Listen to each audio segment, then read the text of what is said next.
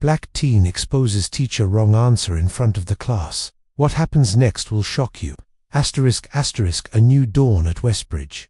Asterisk the morning bell chimed promptly at 8 a.m. at Westbridge Academy, a school known for its pursuit of perfection. Yet on this particular day, something unusual was about to unfold in room 3C. His name was Cameron Briggs, a reserved 13-year-old black boy with tightly coiled hair, thoughtful eyes that missed nothing, and hands perpetually occupied by a mechanical pencil. Cameron was a fresh face at Westbridge, having started the previous week, thanks to a little-known scholarship intended to attract students from different backgrounds. A program quietly launched, never truly expected to change the school's culture. On that chilly morning, Cameron settled into his front row seat, his cardigan faded, and his backpack clearly handed down from someone else. Around him, classmates fiddled with their calculators and gossiped about the latest TikTok trends, while Cameron was already engrossed in the back chapters of his math textbook 5 lessons ahead of the rest. At the front of the classroom, Mr. Leonard presided, a tall figure with streaks of silver in his hair, a strict reputation, and a biting wit that often lingered. He valued precision, abhorred shortcuts, and made no secret of his distaste for lowering expectations. Today, Mr. Leonard announced, scrawling in bold chalk, "We begin the Pythagorean theorem, a fundamental principle in advanced mathematics. If this confuses you, perhaps this class is not the right place." His gaze briefly flicked to Cameron, who remained unruffled, already well versed in the material. The first signs of trouble. It was that Thursday when the tension began to build. Mr. Leonard returned the graded quizzes, red marks slashing across the tops. Cameron was puzzled to find a lower grade than he expected. Skimming through his answers, he stopped at question 7. There was an error, but not his own. The teacher had marked a correct solution as wrong. Quietly, Cameron raised his hand. "Yes," Mr. Leonard queried, arching an eyebrow. "I believe there is a mistake on question 7. I solved it using the sum of the squares of the legs, just as you demonstrated." The class fell silent. Mr. Leonard strode over, snatched the quiz, glanced at it for a moment, and replied, "Well, if you wish to dispute mathematics, perhaps you should reconsider your place in this course." Some students chuckled under their breath, while others avoided his gaze. Cameron's expression did not change, although his hand tightened around his pencil. That evening, Cameron painstakingly wrote a detailed explanation of the theorem, filling a whole page with diagrams and proofs, not out of pride, but to demonstrate he belonged. The next day, he handed it to Mr. Leonard, who wordlessly tossed it aside. Rising tensions. By the following week, the teasing had started. "Hey Cam," a student called out, "remind us how to do algebra. Maybe Mr. L could use a refresher."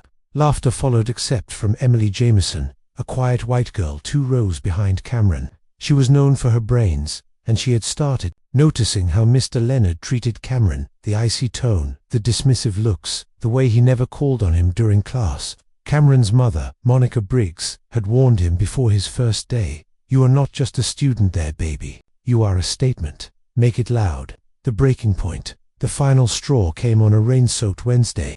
The day began like any other, yet the atmosphere felt heavy. Mr. Leonard entered with a sly smile. "All right," he said, tapping the chalk. "I need a volunteer. How about Mr. Briggs?" Cameron hesitated, then rose.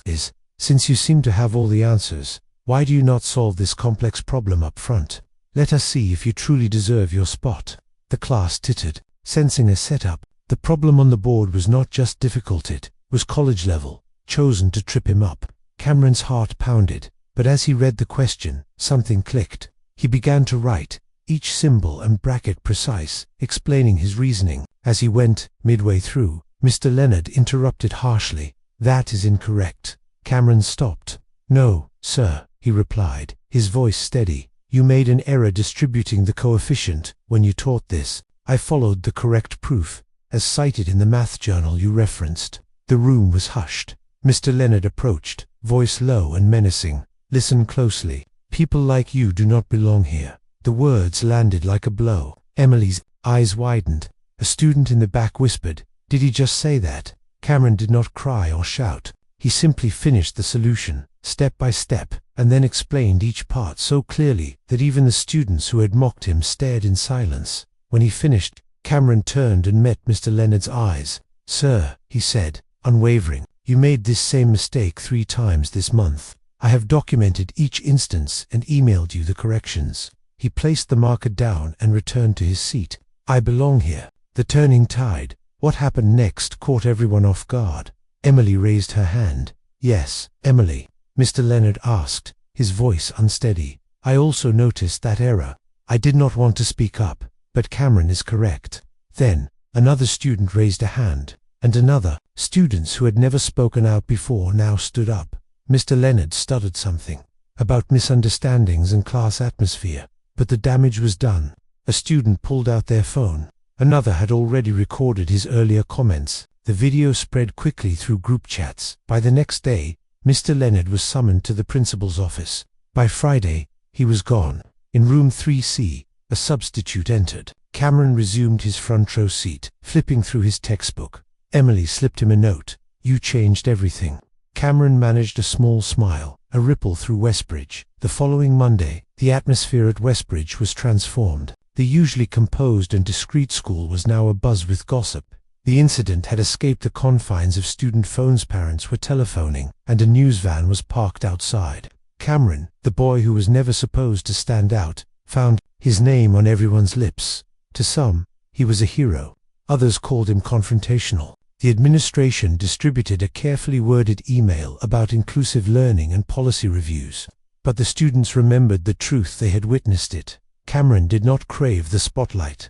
He had not acted for applause or attention. The glances in the hallway, however, were different now. Some admiring, some uncomfortable, others tinged with regret. At lunch, Cameron chose to sit alone, not out of necessity, but for the sake of peace. Until Emily joined him, sliding her tray next to his. Are you all right? She asked. He nodded. Then she handed him a small envelope. What is this? Cameron inquired. Just open it. Inside was a photographer's screenshot of his solution on the board. His name written in silver ink on the back, with 4 words. They were all wrong. Cameron blinked away tears. Emily smiled, chewing her sandwich as if it were any other day. Recognition and change. That week, a special assembly was held. The principal, Dr. Simmons, stood at the podium alongside district officials and a newly appointed diversity director. She began, We want to recognize what transpired in room 3C and honor a student who displayed exceptional courage and intellect. Under pressure, Cameron stared at the floor as she called, Mr. Cameron Briggs, please come forward. The gym fell silent, except for the sound of applause, genuine, thunderous, not forced. Cameron accepted a plaque, but what lingered most was the principal's words. This student reminded us that excellence is not confined to one appearance, and bravery does not wait for approval. Cameron spoke briefly at the microphone. For words, I belong here too. Legacy and moving forward. The days that followed were not flawless. Some classmates stopped speaking to him, some teachers tiptoed around him, and a few families withdrew their children. Still, Cameron remained. When another black student joined the class the following year, Cameron sat beside him, offered help with assignments, and shared what to expect. That student solved a math problem at the board his very first week, and this time, the entire class applauded.